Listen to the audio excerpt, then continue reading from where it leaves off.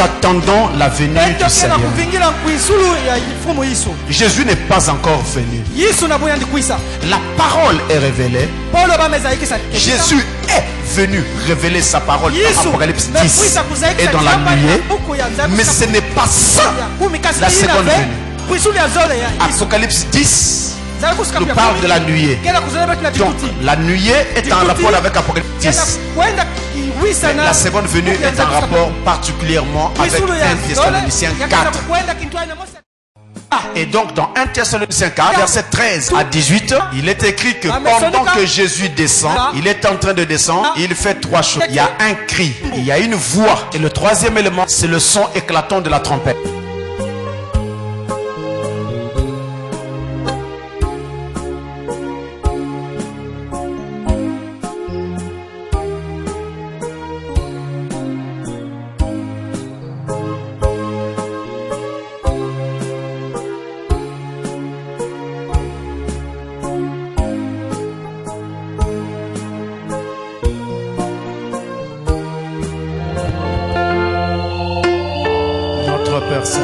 Tata Betali.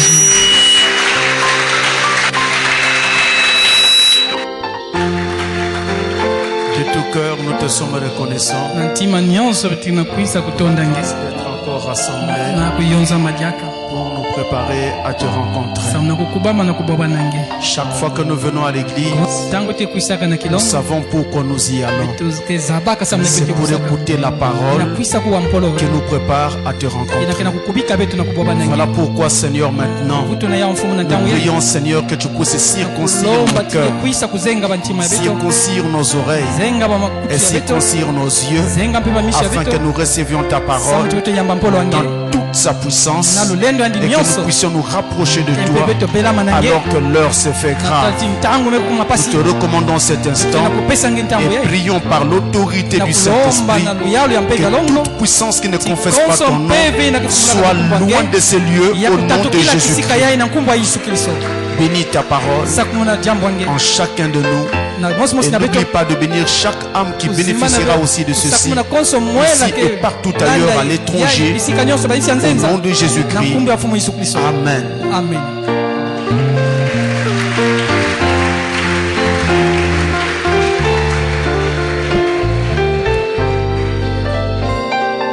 Je vous salue tous au nom du Seigneur Jésus-Christ.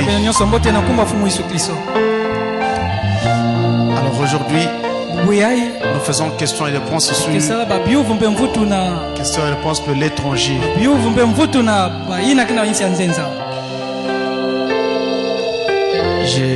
Je suis allé donc rassembler certaines questions que des frères et des sœurs de l'étranger ont posées.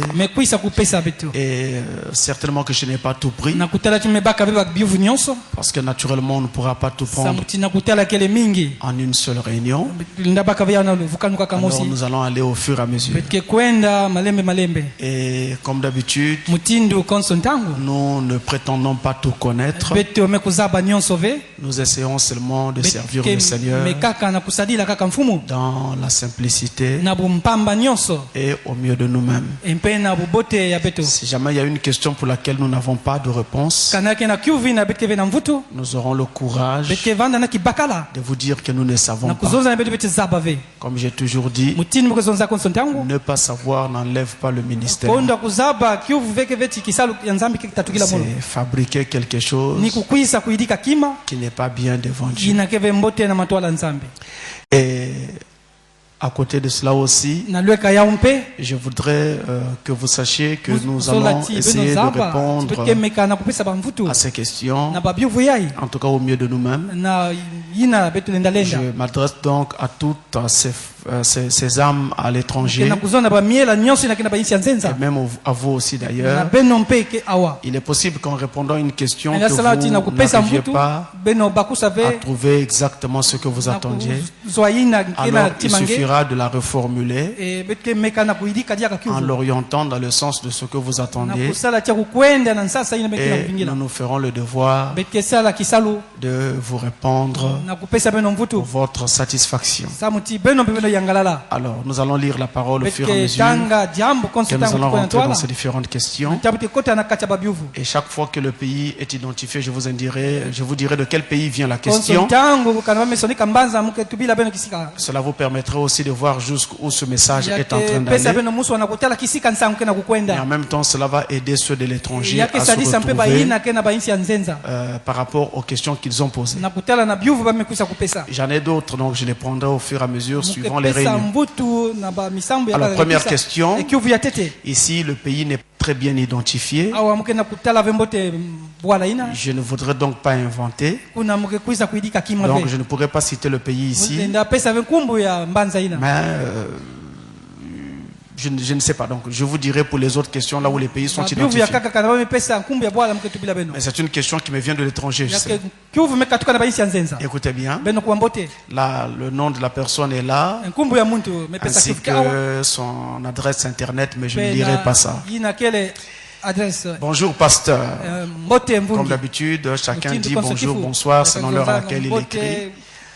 Bonjour pasteur, je voudrais saisir le pourquoi de l'interdiction de la consommation des serpents et des escargots par rapport au mystère des 7 tonnerres. Que le Seigneur nous préserve des traits enflammés du malin et de la mauvaise doctrine. Oui. Nous voulons vraiment que le Seigneur nous préserve. Alors, pour quelle raison il est interdit dans le message de manger des serpents et de manger des escargots? D'abord, je commence par vous lire ce que le prophète a dit à ce propos, et qui nous fait donc croire que nous ne devons pas manger les serpents et les escargots. Nous allons dans questions-réponses sur la Genèse. Je vais prendre ça à l'écran s'ils ont déjà ça. Questions-réponses sur la Genèse. Le paragraphe 111. Là, le prophète va nous dire ce qui suit. Écoutez bien. Ne pensez pas que ceci est invraisemblable à propos des cannibales. En Angleterre, ils font la même chose. Qui tuent des faisans, les accrochent dans des arbres, et une fois que les plumes tombent, alors ils le mangent. Cette tribu est la race mère des anglo-saxons. Ceux par qui les anglo-saxons sont venus. En Angleterre, ne pensez pas. Vous n'avez pas besoin d'aller en Angleterre. Allez seulement dans les États du Sud, des États-Unis. Vous trouverez la même chose. Certainement, un homme qui pourrait manger un escargot ou un serpent à sonnette serait capable de manger n'importe quoi d'autre.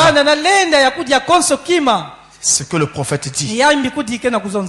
Et c'est donc sur la base de cette écriture que nous, dans le message, je veux dire les croyants du message, ne mangent pas les serpents et ne mangent pas les escargots. Alors on me dit maintenant par rapport à ça, puisque c'est ce que disent les 7 tonnerres, c'est ce que dit le message. Bon, maintenant, sur quelle base on assoit cela? Alors, on peut trouver comme ça des bases dans l'Ancien Testament, mais moi je voudrais vous amener dans le Nouveau Testament et vous montrer juste une petite allusion faite par le Seigneur Jésus, et vous comprendrez que Frère Branham a dit vrai. Dans Matthieu au chapitre 7, nous prenons du verset 9 et nous allons jusqu'au verset 11, verset 9 au verset 11. Matthieu chapitre 7. Matthieu 7, verset 9 à 11, il est écrit. Il leur dit encore, lequel de vous donnera une pierre à son fils s'il lui demande du pain? Ou s'il demande un poisson, lui donnera-t-il un serpent? Si donc méchant comme vous l'êtes, vous savez donner de bonnes choses à vos enfants, à combien plus forte raison votre Père qui est dans les cieux donnera-t-il de bonnes choses à ceux qui les lui demandent? Vous entendez? Quel est donc le Père à qui le Fils demande du pain et qui lui donnera un serpent, dit Jésus. Il dit, si vous êtes un vrai Père, vous allez donner du pain à votre enfant et non pas un serpent. Et il ajoute, si vous, homme méchant, vous savez donner de bonnes choses à vos enfants, le pain est une bonne chose. Mais dans le passage, cela souligne le fait que le serpent n'est pas une bonne chose. Vous n'avez donc pas à manger les serpents et les choses de ce genre comme les escargots. C'est pourquoi nous n'en mangeons pas. Je sais qu'en Afrique, il y a beaucoup de serpents qui sont consommés. Les boas sont consommés. Et il y a aussi un genre de reptile qu'on consomme bien ici. Comment on appelle déjà ça? L'iguane. Eh bien, vous devez maintenant savoir qu'en tant que croyant du message, vous n'avez pas mangé ces choses. Cela n'est pas bon devant Dieu de manger ces choses. Une autre question, ça vient de la même personne, donc du même pays. Est-il bien qu'un berger, donc un pasteur d'une église quelconque, serve de la boisson alcoolisée à ses visiteurs?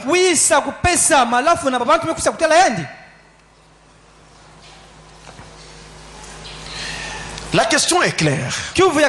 Est-ce qu'un pasteur peut donner de la boisson alcoolisée à ses visiteurs? Des gens viennent le voir et il leur sert à boire de l'alcool, de la bière ou quelque chose de ce genre. Eh bien, je voudrais que vous sachiez qu'un pasteur est un chrétien avant tout. Avant qu'il ne soit pasteur, il est d'abord un chrétien. Et c'est même à cause de cela que, pasteur ou pas pasteur, nous sommes tous obligés de nous soumettre à la parole de Dieu. Et cette parole de Dieu dit ceci. Dans Habakkuk chapitre 2, le verset 15, je le prends à l'écran pour être assez rapide. Habakkuk 2, verset 15, il est dit: malheur à celui qui fait boire son prochain, à toi qui verses ton outre. Toi qui verses ton outre. Et qui l'enivre afin de voir sa nudité. Eh bien, Dieu dit malheur à celui qui fait boire son prochain. Quand vous servez de l'alcool à vos visiteurs, que vous soyez un simple chrétien, que vous soyez un pasteur ou pas, vous êtes en train de briser cette écriture. Alors Dieu dit les malheurs sont sur votre chemin. Un homme, un chrétien, n'a pas servi de l'alcool à son prochain. Si vous recevez quelqu'un qui boit, qui prend de l'alcool, il arrive chez vous et vous demande de l'alcool. Vous lui dites: je suis désolé, mais sous mon toit, on ne prend pas d'alcool. Pourquoi? J'ai consacré ma maison à l'Éternel. Et je me suis consacré moi-même à l'Éternel. Si vous voulez prendre de l'alcool, allez d'abord dans un bistrot quelque part, buvez ce que vous voulez. Quand vous aurez fini, revenez. Mais je ne peux même pas non plus vous accompagner. Donc votre position doit être claire et sans équivoque. C'est votre maison. Vous devez la garder propre. Si eux pensent que boire c'est bien, qu'ils aillent boire dans des bars ou qu'ils aillent boire chez eux. Mais votre maison est consacrée à l'Éternel. On ne doit pas accepter que l'alcool y entre. Peu importe qui vous êtes. Voilà pour cette question. Alors, une autre question. Cette fois-ci, ça nous vient du Maroc. De Casablanca au Maroc. Et il y y a 3 questions sur ce papier. Venant donc du Maroc ici, de la même personne. Et ces questions sont assez profondes. On dit ceci. Shalom, pasteur Francis. Je crois que vous allez bien. J'ai quelques questions dont j'aimerais avoir les réponses. Car il y a tellement d'interprétations particulières dans le monde du message que parfois le diable cherche à nous embrouiller. Alors je lis d'abord toutes les questions qu'il a posées. Après je vais les prendre une à une. Il dit, quel est réellement le but de l'apparition de la nuée du 28 février 1963 et qu'est-ce qui s'est passé après cet événement? Pouvez-nous nous parler de la seconde venue? J'ai lu une prédication du prophète de 1963, si je ne me trompe, mais c'est entre 1963 et 1965, où il dit, jusqu'à aujourd'hui, nous attendons la venue du Seigneur. Pasteur, qu'en est-il de la doctrine? Jésus est déjà venu selon l'apparition de la nuée. Qu'en est-il du 7e sceau? Éclaircissez-moi, pasteur, s'il vous plaît, selon le message. Et il ajoute, nous croyons à ce ministère et nous vous soutenons. Dieu vous bénisse, pasteur Francis. Alors, je prends maintenant ces questions une à une. Vous avez pu constater au travers de toute la lecture qu'en fait, il y a un mariage entre ces questions. C'est pourquoi j'ai voulu que vous ayez toute la pensée. Alors, sa première question, c'est celle-ci. Quel est réellement le but de l'apparition de la nuée du 28 février 1963? Et que s'est-il passé après cet événement? Alors, pour mieux répondre à ceci, je vous amène directement dans le prophète. Dans la prédication, c'est le lever du soleil du 18-04-65, paragraphe 8 à 12. Du paragraphe 8 au paragraphe 12. Alors je prends ça à l'écran avec vous. Suivez ce que le prophète nous dit. Écoutez bien. Comme je sais que notre temps est limité ici, surtout pour ceux de nos amis qui sont à l'écoute, par le moyen du téléphone, j'aimerais attirer votre attention. Ce matin, c'était un matin qu'il prêchait, sur une photo qui a été prise il y a quelque temps par un appareil photo d'une vision que j'ai eue ici au tabernacle, où il était question de quitter l'Indiana pour aller en Arizona, où j'allais rencontrer sous la forme d'une pyramide 7 anges, sans savoir ce qui allait arriver par la suite. Quand je suis arrivé là-bas, je pensais que c'était la fin de ma vie, que personne ne pouvait survivre à une telle explosion. Un instant là, il avait entendu une grande explosion. Alors il se disait que c'était la fin de sa vie. Je suis sûr que vous êtes tous au courant de l'histoire. Et alors, dans le canyon Sabino, sur une montagne, par une matinée comme celle-ci, pendant que j'étais en prière, une épée avait été placée dans ma main. Et il avait été dit, ceci, c'est la parole. Et l'épée de la parole. Par la suite, les anges sont apparus comme cela avait été prophétisé.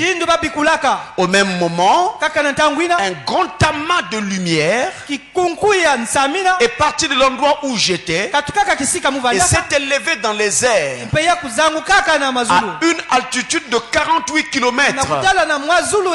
Et autour du cercle, il y avait comme les ailes des anges. Et il a été tracé dans les cieux la forme d'une pyramide, selon la même constellation d'anges qui était apparue. La science en a pris la photo. Depuis tout là-bas au Mexique. Alors que cela s'est déplacé du nord de l'Arizona, là où le Saint-Esprit avait dit que je serais à 64 km au nord de Tucson. Cela s'est élevé en l'air. Et le magazine Life a publié les photos. Quelque chose de mystique. Très haut dans les sphères où il ne peut y avoir aucune humidité. Où il ne peut se faire aucune évaporation de quoi que ce soit. Cela était à une altitude de 48 km. Et mesurait 43 km de large. Et cela s'est élevé directement de l'endroit où se trouvaient ces anges. Or, ils ont demandé à savoir, les hommes de science, ceux de la science, quelqu'un de Tucson, il voulait savoir s'il y avait un sens à cela. Mais je ne leur ai pas dit. Vous tous, vous le saviez. Cela avait été annoncé à l'avance. Mais ce n'était pas pour eux. C'était pour vous. C'est pourquoi il ne leur a pas dit. Et alors, c'est là qu'il m'a parlé. Et m'a dit, les 7 sceaux vont être ouverts. Je m'arrête là. Écoutez. Et alors, c'est là qu'il m'a dit, qu'il m'a parlé, il m'a dit, les 7 sceaux vont être ouverts. Les 7 mystères, le mystère en 7 points de la Bible. Il y a beaucoup. J'aime cela. Qui avait été caché depuis la fondation du monde vont être alors révélés. Et nous, bien que nous soyons un modeste petit groupe, en comparaison du monde entier, nous avons bénéficié de ces bénédictions. D'entendre ce mystère, le mariage, le divorce, la sémence du serpent, toutes ces différentes questions nous ont été entièrement révélées. Non pas par l'homme, non pas par l'homme, non pas par l'homme, non pas par l'homme, mais par Dieu lui-même, qui a dévoilé ces 7 mystères. C'est qu'était l'Église, qu'elle était en Christ au commencement et qu'elle sera révélée au dernier jour. Voilà la raison pour laquelle la nuée est apparue. C'est la question que la personne pose ici du Maroc.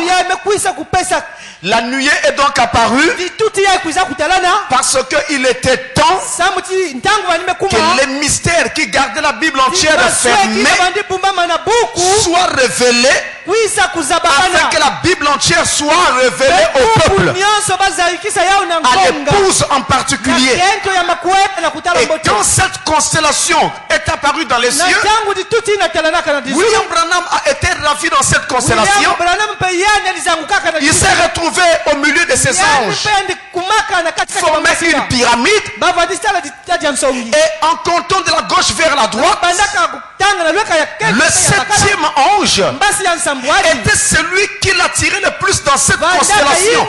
Et alors il va entendre une voix de cette nuée qui va lui dire: repars à Jeffersonville, à ton église. Les 7 sceaux vont être révélés. Donc la constellation est apparue pour que les 7 sceaux soient révélés, pour que la parole entière soit révélée. Et quand la constellation apparaît, elle vient accomplir une écriture biblique. Apocalypse 10, où nous voyons l'ange puissant apparaître. Et au-dessus de sa tête était l'arc-en-ciel. Et c'est alors qu'il va rugir comme rugit un lion. Et quand il rugit, les 7 tonnerres font entendre leur voix. Jean allait écrire ce que disaient les tonnerres. Et la voix lui dit, Jean, n'écris pas ce qu'on dit les tonnerres. C'est ce qu'on dit les 7 tonnerres. Mais il ajoute au verset 7, mais qu'au jour de la voix du 7e ange, quand il sonnerait de la trompette, le mystère entier sera révélé. Donc en ce moment, nous sommes dans l'âge où ces 7 tonnerres sont révélés. Et nous sommes dans l'âge où ces 7 choses sont révélées. Mon Dieu, j'ai 5 questions qui viennent. Il y a quelqu'un qui dit, pasteur, vous parlez des choses qui sont révélées ou vous parlez des tonnerres qui sont révélés? Alors je réponds de façon claire et je réponds par l'affirmative. Les choses sont révélées, les tonnerres aussi sont révélés.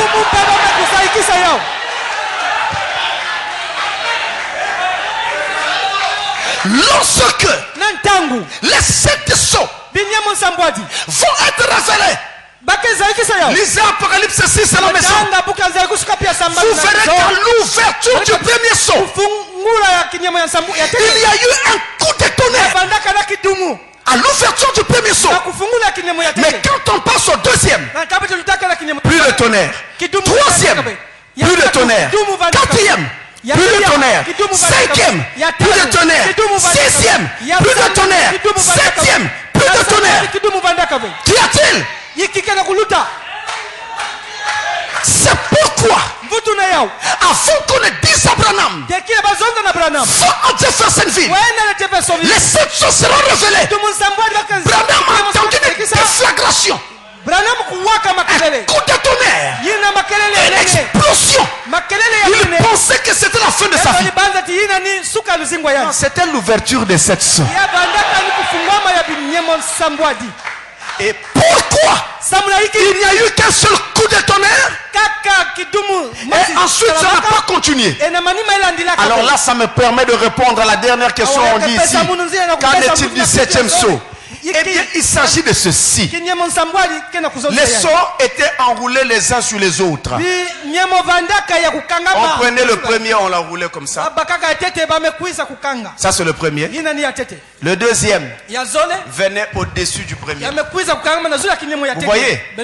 Et ce qui fait que le premier était dans le deuxième. Le deuxième dans le troisième. Le troisième dans le quatrième. Le quatrième dans le cinquième. Cinquième dans le sixième.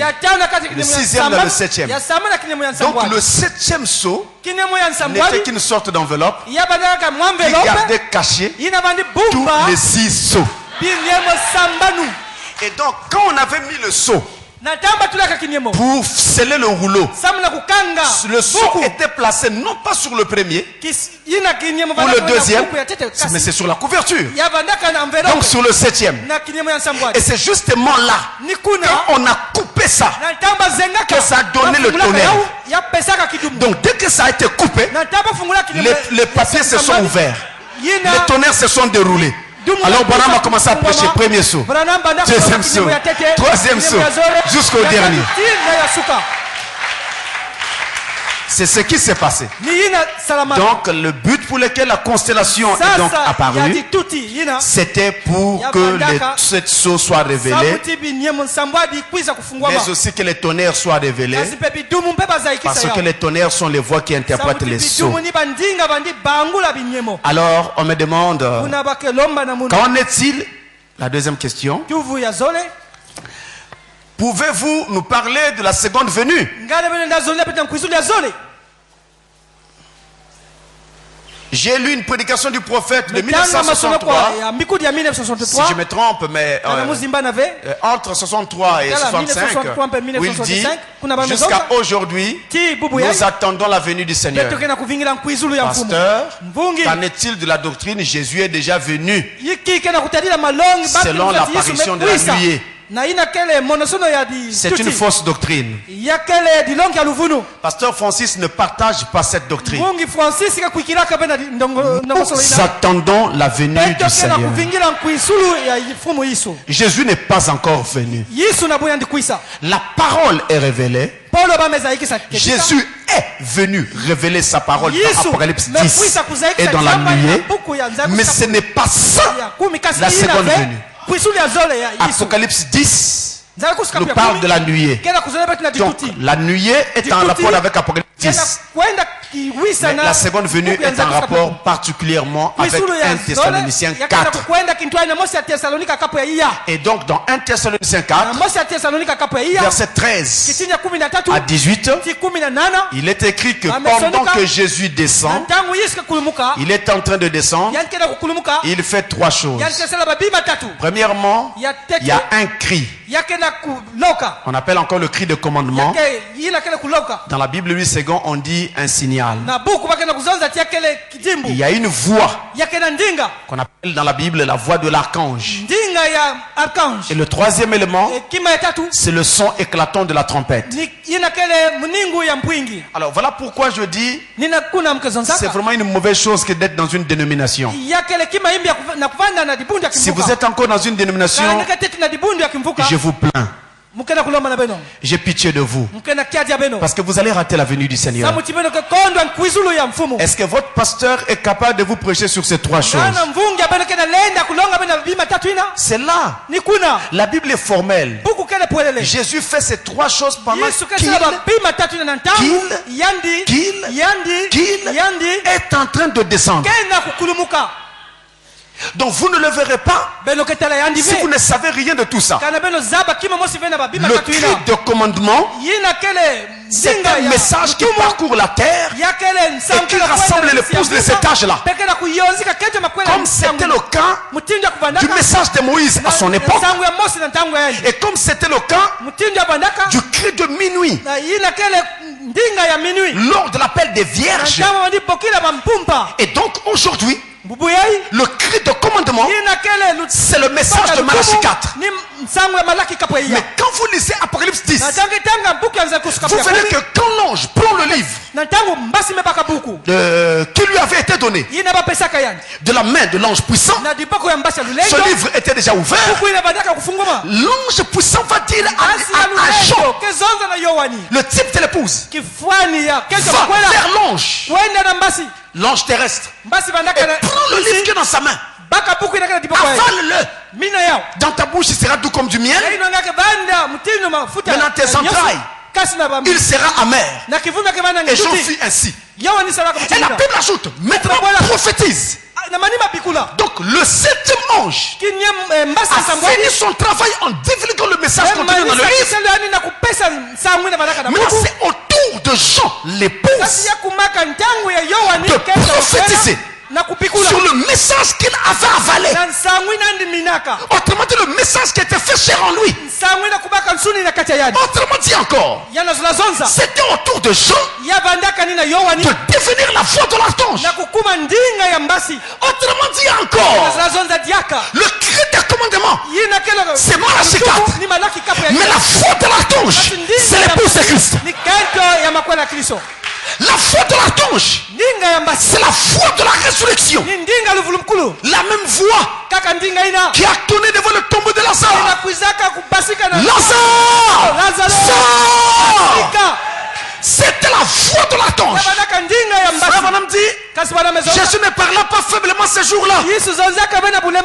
Jésus ne dit pas Lazare, sors. Non, mais il cria Lazare. Un écho de sa voix. Sors! L'écho est allé jusqu'au séjour de mort. Réveillez Lazare qui dormait. Ça c'était la voix de l'archange. La même voix de l'archange est celle qui a réveillé Salumi, petite fille, lève-toi, je te le dis. C'était la voix de l'archange. Mais la même voix de l'archange est celle qui a dit à l'apôtre Jean à la fin des âges de l'église. Apocalypse 4. Jean monte ici. Un appel à l'enlèvement. Autrement dit, nous avons la responsabilité de provoquer l'enlèvement. C'est nous qui allons provoquer l'enlèvement. Autrement dit, c'est la perfection des saints qui sont encore vivants sur la terre qui va déclencher le retour du Seigneur, qui va déclencher l'enlèvement. Et c'est pourquoi il est écrit: tous les morts en Christ nous attendent de nous. Ils ne peuvent pas arriver à la perfection sans nous. C'est Hébreu 11 qui parle de cela. Ils ne peuvent pas. Je crois le verset 39. Ils ne peuvent pas. Donc ils nous attendent. Et la voix, plutôt le son de la trompette, c'est le signal pour le départ. Et le prophète dit, Frère Branham dit, ce signal sera donné de façon effective par l'ange Gabriel.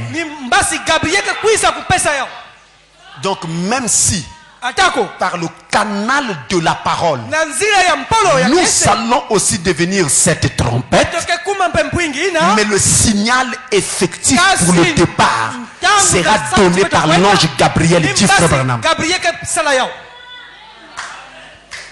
Voilà ce qu'il en est de la seconde venue. Sans oublier le fait que dans la dispensation de la seconde venue, Jésus ne met pas les pieds sur terre. Nous le rencontrerons dans les airs. Et donc la nuée n'est pas la venue du Seigneur. Si la nuée était la venue du Seigneur, pourquoi nous sommes encore sur la terre? Et les pasteurs qui vous disent ça, je ne sais pas s'ils sont malades ou en bonne santé, mais pendant qu'ils parlent, ils sont encore sur la terre pendant qu'ils prêchent comme ça. Il faut que la tête soit un peu dérangée pour arriver à parler comme ça. Tu vois quelque chose sur la terre. Avant d'arriver, tu as pris les safou et les foufou. Bon, maintenant, tu nous parles de... C'est quoi? Alors, pour quand même dire quelque chose sur la question, qu'en est-il du 7e sceau? Même si nous en avons déjà parlé, je prends la brochure, c'est le lever du soleil. Le paragraphe 308. C'est le lever du soleil, paragraphe 308. Voilà. Il est celui qui a ouvert ses sceaux. Qui? Christ. Il est ses sceaux. Vous entendez ça? Car la parole entière de Dieu, c'est Christ. Et les sceaux qui ont été ouverts, c'est Christ. D'ouvrir les sceaux, qu'est-ce que c'est alors? De révéler Christ. C'est ça le 7e sceau. Le 7e sceau, c'est l'ouverture de la parole. Le 7e sceau, c'est donc le 3e poule. Sous ce contexte-là. Ensuite, le 7e sceau, ce sont les 7 tonnerres. Et enfin, le 7e sceau parle de la venue du Seigneur. Autrement dit, il y a 3 mystères qui sont rattachés au 7e sceau. Premièrement, le 3e poule. Deuxièmement, les 7 tonnerres. Troisièmement, la venue du Seigneur. Ce sont ces 3 choses-là qui caractérisent le 7e sceau. Et c'est Christ dans tout ça. Alors, un jour peut-être nous pourrons aller en profondeur avec ça, en prenant cela de façon thématique. Alors, nous avons une autre question ici, cette fois-ci qui nous vient de la Corée du Sud. Corée du Sud. Écoutez, cher pasteur, Je suis rwandaise. Mais maintenant je suis en Corée du Sud pour des raisons d'études. Je vous remercie du fond du cœur pour le travail que vous faites et vous informe que je suis béni à travers vos prédications et messages en question-réponse. Que Dieu vous bénisse. En effet, si vous trouvez un peu de temps, je souhaite que vous me disiez un mot en rapport avec les cheveux des femmes.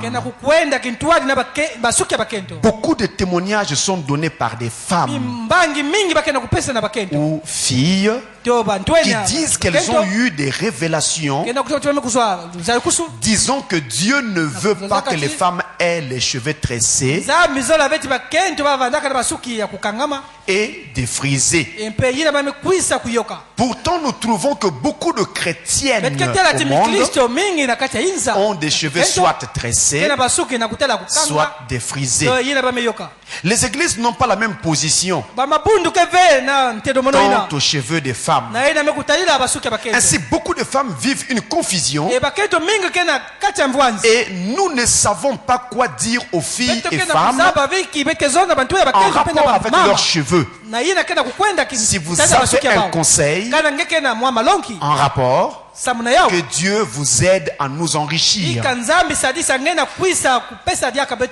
Que le Seigneur, dans sa grâce, reconnaisse vos œuvres. Elle a signé, votre sœur en Christ, elle a mis son nom. Il y a aussi son adresse internet. Je garde l'anonymat. Donc, Corée du Sud. Alors, voici ce que je veux dire par rapport à cette question. Je voudrais pas m'étaler moi-même, je veux faire parler la parole. Nous allons dans 1 Corinthiens chapitre 11, verset 3 à 7 d'abord. Verset 3 à 7. Et après, nous prenons le verset 13 et nous allons jusqu'au verset 16. Alors, pour me permettre de gagner du temps, je prends à l'écran. Je veux cependant que vous sachiez que Christ est le chef de tout homme, que l'homme est le chef de la femme et que Dieu est le chef de Christ. Tout homme qui prie, qui prophétise, la tête est couverte, déshonore son chef. Toute femme au contraire qui prie ou qui prophétise, la tête non voilée, déshonore son chef. C'est comme si elle était rasée. Car si une femme n'est pas voilée, qu'elle se coupe aussi les cheveux. Or, il est honteux pour une femme d'avoir les cheveux coupés ou d'être rasée. Qu'elle se voile. L'homme ne doit pas se couvrir la tête, puisqu'il est l'image et la gloire de Dieu. Tandis que la femme est la gloire de l'homme. Est-ce que c'est clair? Prenons l'autre passage, verset 13 jusqu'à 16. Nous faisons parler l'écriture, alors vous comprendrez vous-même que nous ne fabriquons rien. Et je ne pense pas que Frère Branham, même parce qu'il soit prophète, ait la possibilité d'aller au-delà de ce qui est écrit. Suivez ça. Donc verset 13 à 11, le même chapitre de 1 Corinthiens 11, verset 13 à 16.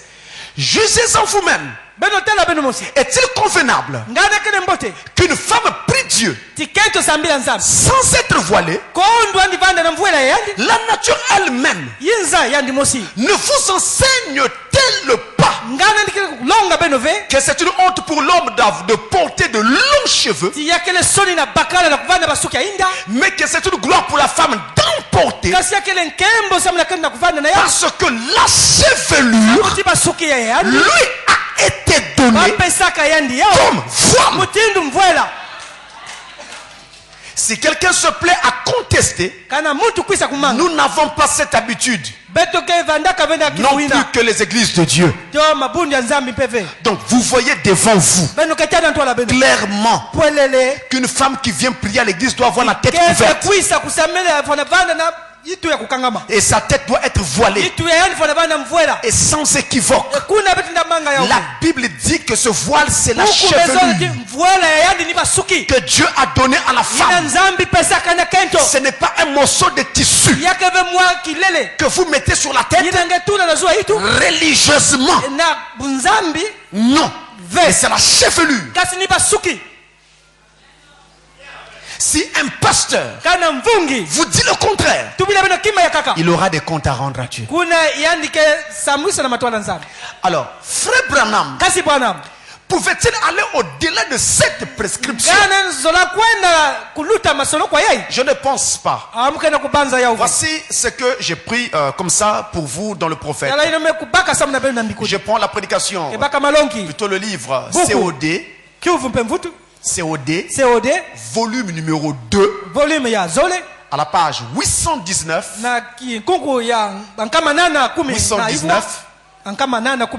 la question numéro 279, et nous partons du paragraphe 28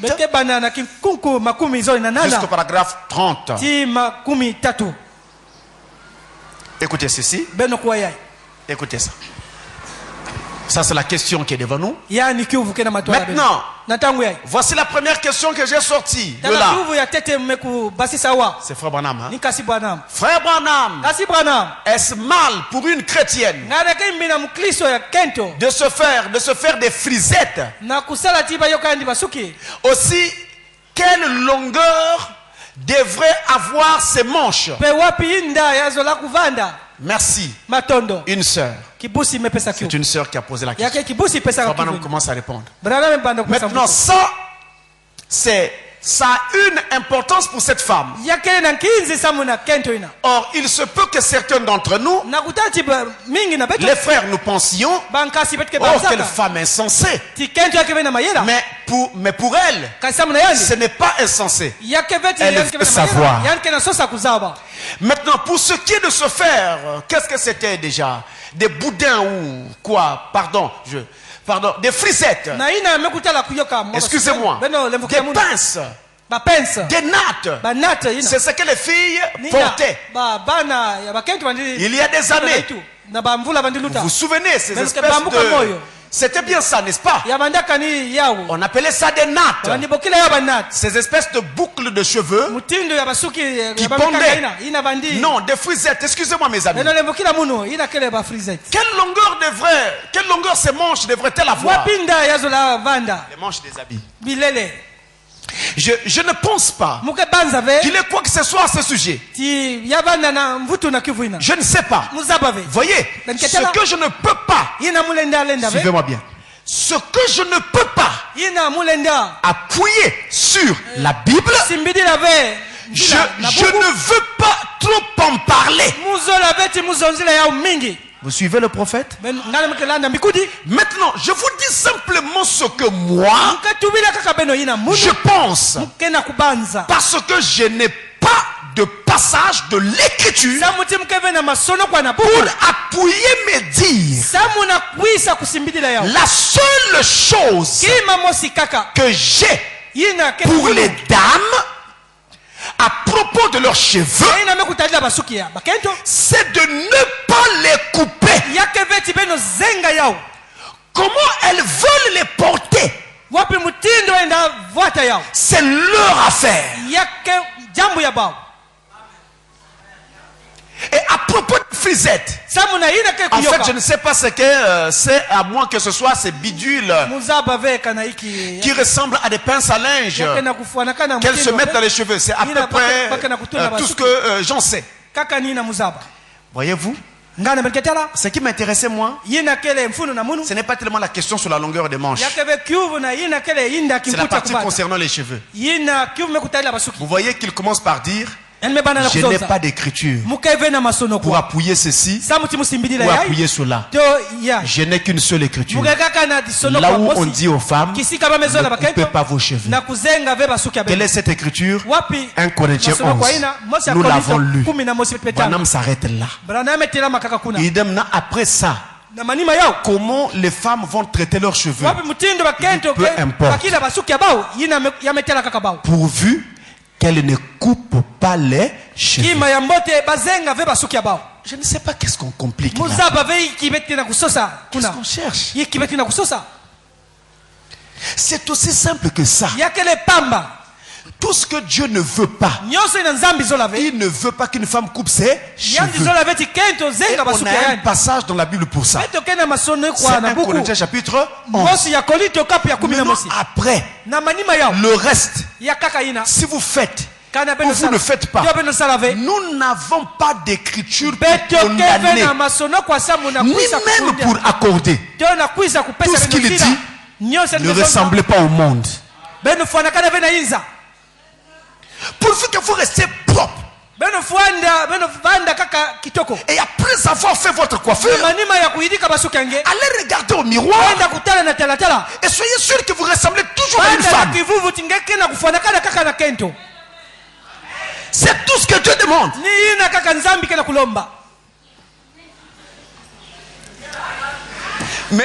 Mais c'est tout, mes frères. C'est tout. Maintenant, il y a une autre question sous-jacente à cela. Parce que on a parlé aussi, c'est une sœur qui a posé la question. On a parlé aussi des tresses et tout le reste. Alors, Frère Branham a aussi répondu à ça. Suivez ça. Je prends donc COD toujours, le volume 2, le volume numéro 2. Là, je prends la page 780. La page 780, on va aller jusqu'à 781. De 780 jusqu'à 781. La question numéro 251. Le paragraphe 173 jusqu'à 174. À la maison, vous pourrez même lire jusqu'à 176 si vous avez ce livre. Alors, ça c'est donc le livre en français. Si vous avez le livre en anglais, vous vous retrouvez. C'est le numéro de la question qui va vous aider à vous retrouver. Ici, c'est la question numéro 251. C'est ça qui vous aidera. C'est le même numéro de questions. Ça vous aidera à vous retrouver. Et bon, alors écoutez. On pose la question que voici. Frère Branham, l'écriture est citée dans cette question-là.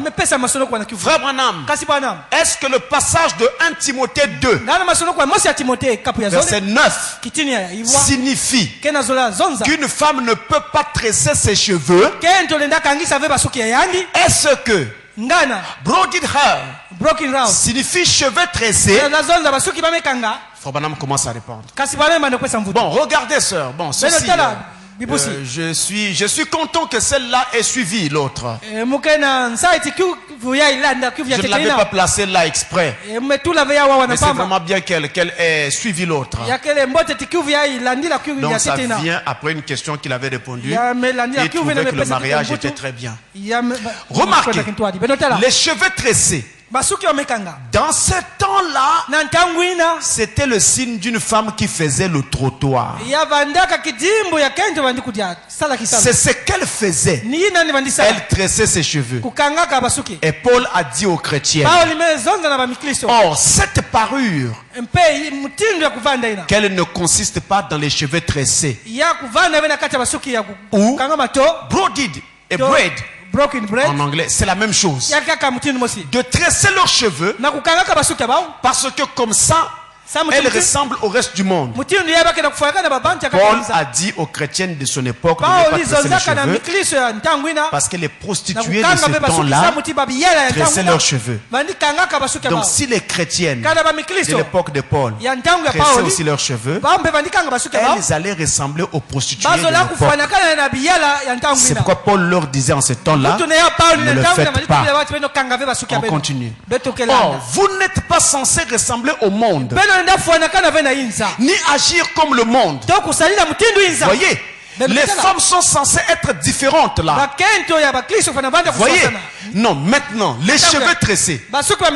Aujourd'hui, les cheveux tressés, c'est joli. Et c'est bien loin de la mode du monde.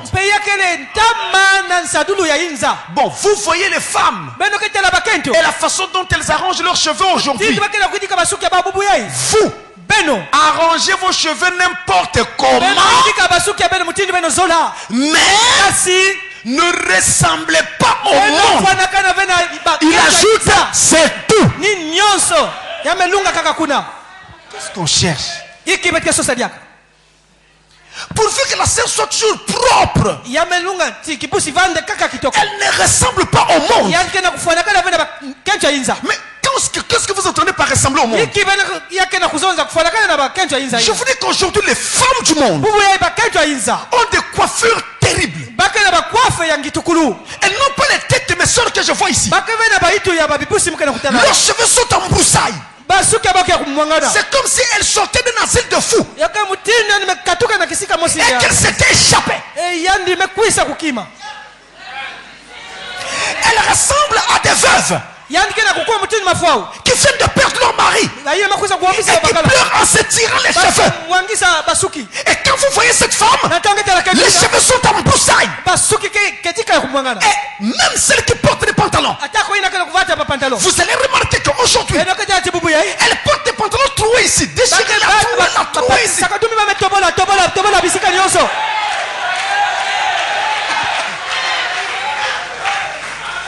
Mais quand l'habit de quelqu'un se déchire, sa première réaction c'est de cacher sa nudité. Mais c'est aujourd'hui on trouve du plaisir à exposer sa nudité, c'est que quelque part on dirait qu'on a perdu le sens. Malheureusement, ce que nous constatons dans la société, c'est que les gens enlèvent leurs vêtements et restent nus quand ils sont frappés par la folie. Alors il y a à se demander, c'est beaucoup de femmes d'aujourd'hui ne sont pas frappées de folie. Maintenant regardez les filles de Dieu, regardez. Elles sont propres. Qu'est-ce que vous voulez?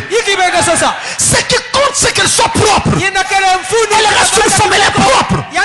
Ses cheveux ne sont pas coupés. Et ses cheveux restent longs. Maintenant vous dites non pasteur, mais on n'a pas parlé de tissage. On n'a pas parlé de mèches.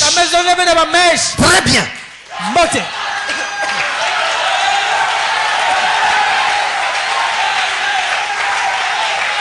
Les tissages et les mèches sont des cheveux artificiels qu'on ajoute. Alors vous dites à nos sœurs, vous n'êtes pas chrétienne parce que vous n'êtes plus naturel. Vous avez ajouté des cheveux. Ah bon? Donc frère Branham n'était pas chrétien parce qu'il portait un chapeau, un postiche. C'était des cheveux artificiels, monsieur.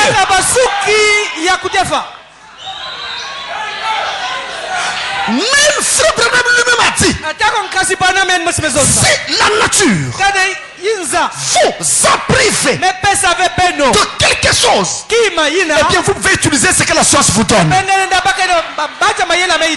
Voilà pourquoi il y a des gens qui portent des prothèses. Si par exemple un pied un peu court par rapport à l'autre, on lui fabrique des prothèses pour l'aider à avoir une taille normale.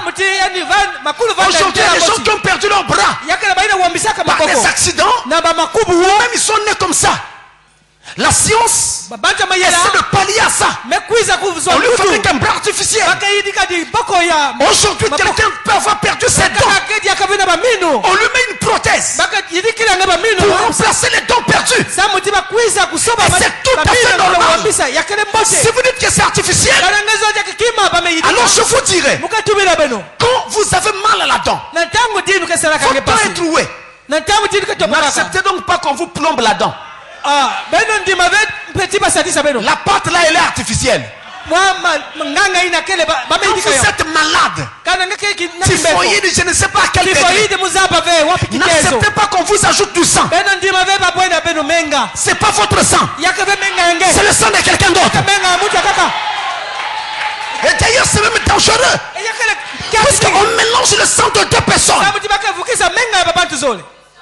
Vous comprenez? C'est pourquoi ne nous compliquons pas la vie pour rien. On sera coincé quelque part. Non, frère Branham mettait ça parce qu'il avait la calvitie. Mais nos sœurs aussi mettent ça parce que Dieu ne leur a pas donné de longs cheveux.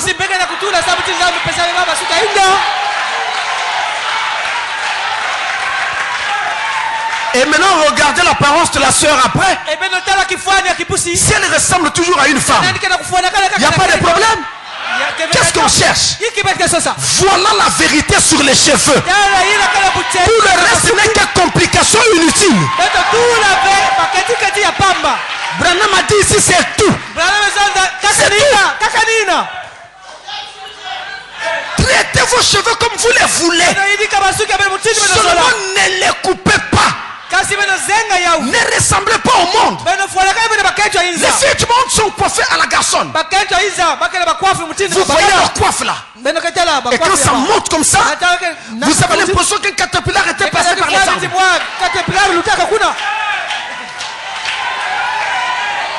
Et quand tu les vois là, tu as même peur en fait.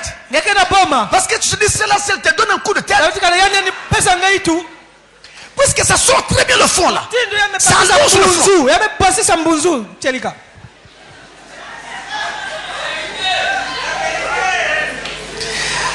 Alors nous allons terminer par cette question qui nous vient des États-Unis. Cette question nous vient des États-Unis, il est dit.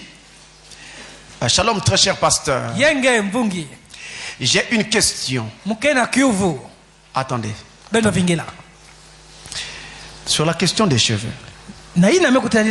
Même si il y a des gens qui font des rêves, des visions quelque part, où leur Dieu leur aurait dit de tresser les cheveux c'est mal. Moi, je ne suis pas influencé par ces visions. Je suis influencé par la vision de l'heure, le message de l'heure. La volonté de Dieu c'est la parole. Aucune vision, aucun songe ne peut aller au-delà de la parole de Dieu. Je répète, aucun songe, aucune vision ne peut aller au-delà de la parole de Dieu. Donc, fiez-vous à la parole et vous n'aurez pas de problème. N'ayez pas peur. Branham a parlé, le message a parlé, la Bible a parlé. Pourquoi je vais me faire des amis? Alors, pour la question qui vient des USA, Shalom très cher pasteur, j'ai une question concernant la résurrection et l'enlèvement. La Bible nous dit, dans 1 Corinthiens 15, versets 51 à 55, que nous tous, nous ne mourrons pas et qu'il y aura un changement de corps.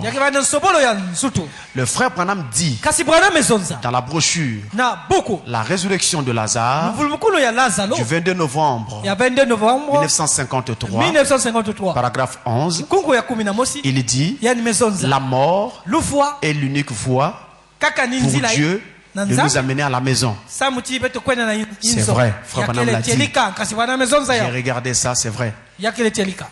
Cher pasteur, je n'ai pas peur de la mort, car je suis un fils de Dieu. Et je sais que je serai devant mon Créateur, même si la mort arrive n'importe quand. Voilà une vraie foi chrétienne. Mais je voulais savoir comment croiser les deux passages de l'apôtre Paul et du prophète Branham. Je suis sûr qu'ils disent la même chose et que c'est mon entendement qui n'est pas correct. Veuillez s'il vous plaît m'éclaircir sur ce point. Que le Seigneur Jésus-Christ vous bénisse. Merci frère. Chaque fois que vous dites que Dieu vous bénisse, moi je dis Amen. Mais si Dieu ne me bénit, ne vous plaignez pas. C'est votre prière, n'est-ce pas? Alors voilà la question de notre frère. Il lit dans la Bible que tous nous ne mourrons pas, mais il y aura quelques-uns qui seront changés. 5 Corinthiens 15. Donc tous nous n'allons pas mourir. C'est Paul qui dit ça. Voilà que Frère Branham, dans la résurrection de Lazare, cette brochure est en anglais, c'est là où il dit ça. Le même paragraphe en anglais. Alors il dit donc que la mort est la seule voie qui nous amènera devant Christ. Maintenant mes amis, comment marier ces deux écritures? C'est très très simple. D'abord, il y a ceci. Il faut partir de la définition de la mort. D'après le message, et même aussi d'après la science. Si vous voulez, mort veut dire séparation. C'est ça la mort. Donc il y a mort quand l'être intérieur est séparé de l'être extérieur. Et donc quand quelqu'un meurt, son âme sort, et celui que vous voyez étendu là, ce n'est qu'une simple enfermement. Et je dois vous dire, mes amis, ne craignez plus jamais la mort. Et même aujourd'hui, même quand quelqu'un meurt, ça fait toujours pleurer. C'est naturel parce que vous ne vous verrez plus. Pendant une longue période. Mais en réalité, c'est un passage obligé. Il n'a fait que vous précéder. Il n'a fait que vous précéder. Vous aussi vous allez suivre. Ce que Dieu a fait de bien, c'est qu'il ne nous a jamais dit quand. Et donc nous vivons comme si on vivra toujours.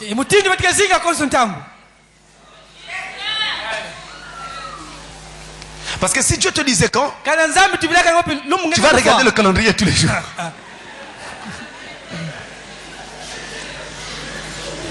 Donc la mort, c'est la séparation. Mais vous ne devez plus avoir peur. Quand cette heure sonnera, et quand vous allez vous mettre à traverser, vous allez revivre ce que le pasteur vous prêchait. Et si vous avez cru et vécu la parole, vous n'aurez pas d'écriture dans la frontière. Croyez-moi mes frères, alors que je me tiens ici devant vous comme un ambassadeur du ciel, je sais que j'ai ce mandat là pour vous parler de la parole. Et cela revient à dire que je suis dans l'authenticité de Dieu. Et si quelqu'un croit pendant que j'enseigne, il est baptisé du Saint-Esprit. Amen. Ça ne peut pas être autrement. À cause du mandat de Dieu, je ne fabrique pas ça. Je ne pousse pas ça. Je ne recherche pas ça. Mais c'est Dieu qui est établi comme ça.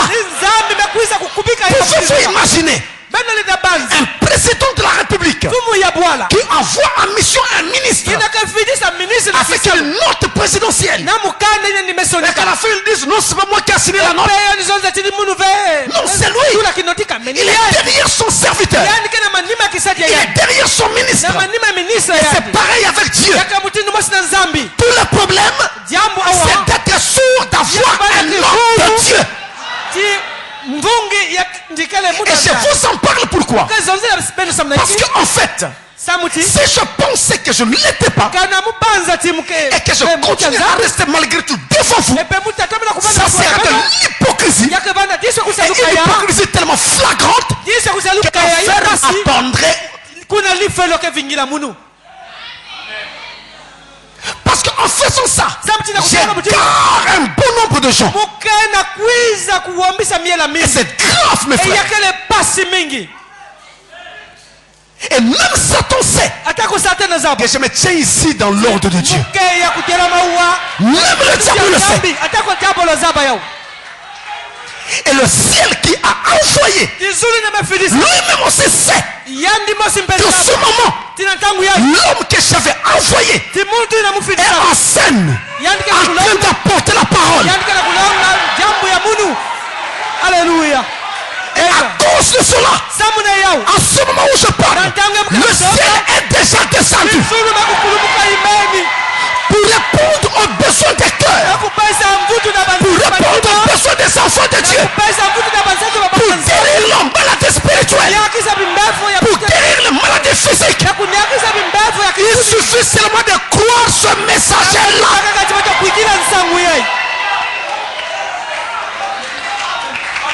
L'évangile, ce n'est pas une histoire pour endormir les gens, mais c'est une réalité vivante du Dieu vivant, œuvrant pour son peuple. L'heure est grave. Et je sais qu'il y a des gens qui doivent encore venir et qui ne sont même pas encore venus, mais qui vont encore venir, parce que ce message va loin, loin, loin, loin. On a beau attaquer ce message, n'écoutez pas cet homme, n'écoutez pas ceci, il continuera à écouter, parce que ça ne dépend pas de moi, ça ne dépend pas non plus des gens, mais ça dépend de Dieu qui conduit son programme.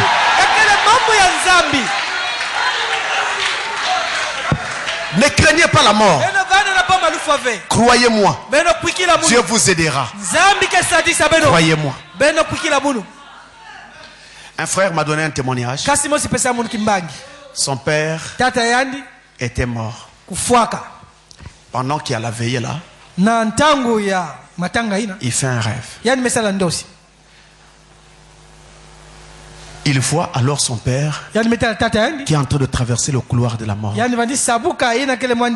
le rêve, comme nous enseignons.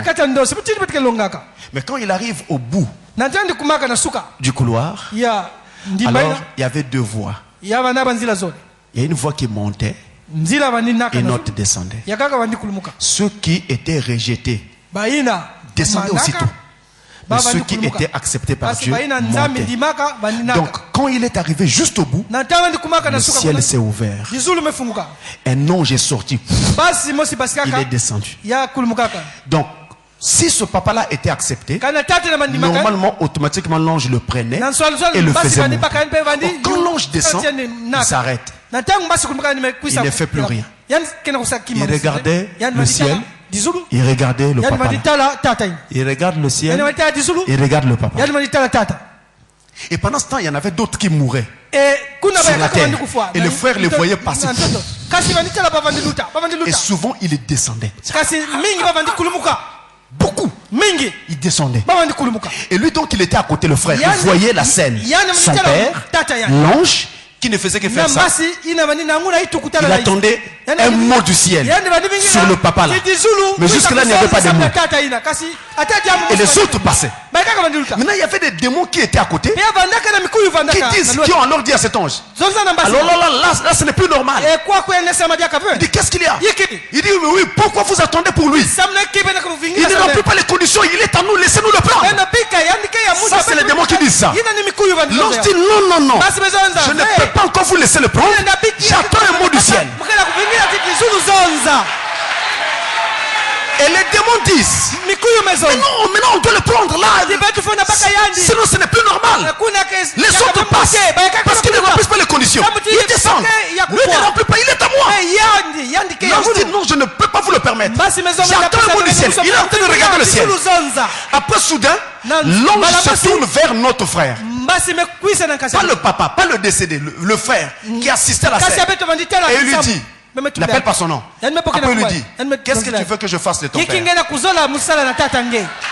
Et lui il dit à l'ange, vraiment je vous en prie, sauvez mon père.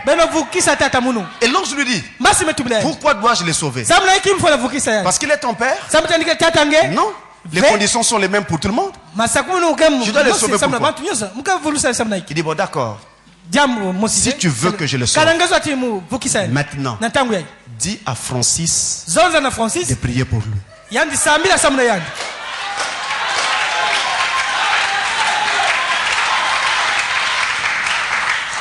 Moi je ne suis pas là. Pendant qu'il fait le rêve, je ne suis même pas encore au courant que le papa là est mort. Parce que je connaissais le papa. Je ne suis même pas encore au courant. C'est lui qui fait le rêve. Et pendant qu'il fait le rêve, on lui dit à Francis de prier. Et le frère, quand il me raconte le rêve, il me dit, pasteur, vous êtes connu au ciel. Alléluia. Amen. Amen. Amen. Je dis ça juste pour vous dire, mes frères, que quand nous venons ici, nous ne nous amusons pas. Le travail que nous sommes en train de faire est très sérieux. Et il est en train de porter ses fruits et il va continuer à porter ses fruits. Et pour votre bien, et pour la gloire de notre Seigneur Jésus-Christ, qui est l'auteur de toutes ces choses. Alors regardez maintenant. Donc la mort, c'est la séparation. Quand l'être intérieur est séparé du corps, l'âme séparée du corps, il y a donc mort. Alors, lorsque l'apôtre Paul dit, il y en a qui ne mourront pas, quelques-uns ici seront changés.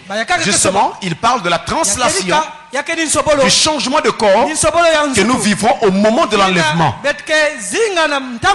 Maintenant, Frère Branham lui dit, la mort c'est le passage obligé de tout le monde. C'est la voie choisie par Dieu pour nous amener à lui. Justement, c'est vrai. Sur le plan naturel, la mort c'est le chemin par lequel tout homme passe. Maintenant, qu'en est-il de ceux qui seront enlevés vivants? Oui, ils ne connaîtront pas la mort telle que nous la connaissons. C'est-à-dire un cercueil, une veillée, un tombeau et tout le reste. Ils ne connaîtront pas ça. Et donc, ils seront changés directement. Et ça rejoint ce que Paul a dit. Mais en même temps, au moment où le changement de corps se fera, il y aura une séparation. Et c'est cette séparation-là qui est une mort aussi.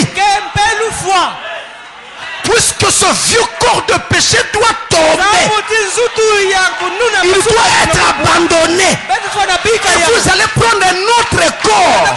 C'est ce changement-là qui est aussi une mort. Voilà ce qui en est. Que Dieu vous bénisse richement. Et que Dieu bénisse tous nos frères et sœurs là-bas à l'étranger. Qu'il bénisse chacun de richement, richement et richement.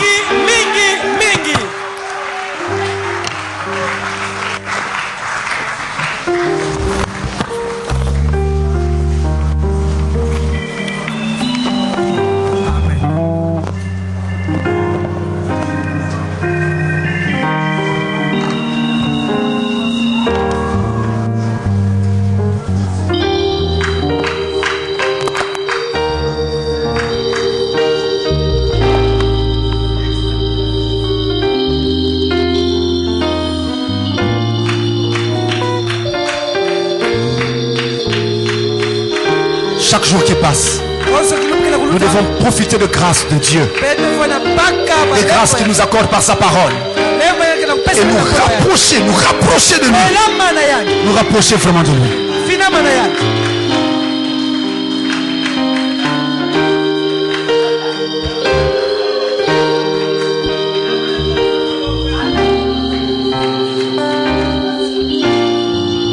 Que chacun se remette à Dieu pendant que le pianiste est en train de jouer une note. Que chacun se remette au Seigneur. Que chacun se remette à Dieu.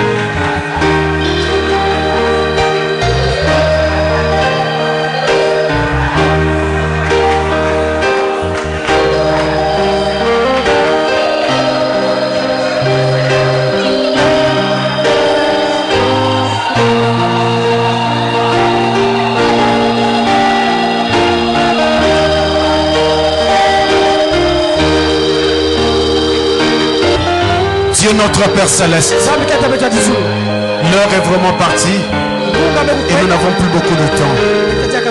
Je te recommande ton peuple ici présent et qui a levé sa main vers Dieu parce qu'il y a un besoin dans son cœur.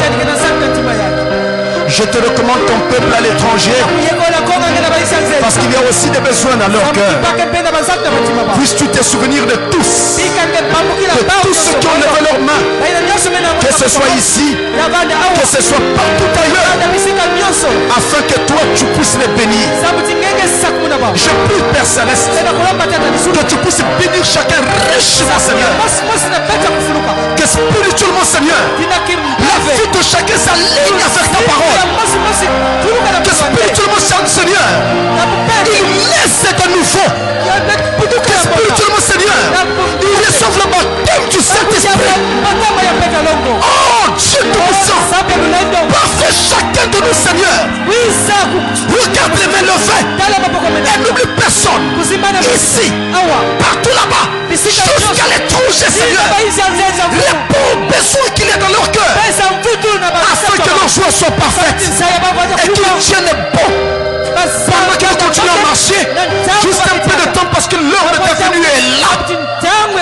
Nous nous confions à toi, Seigneur, et te remettons ainsi toutes les choses au nom de Jésus-Christ. Amen. Amen.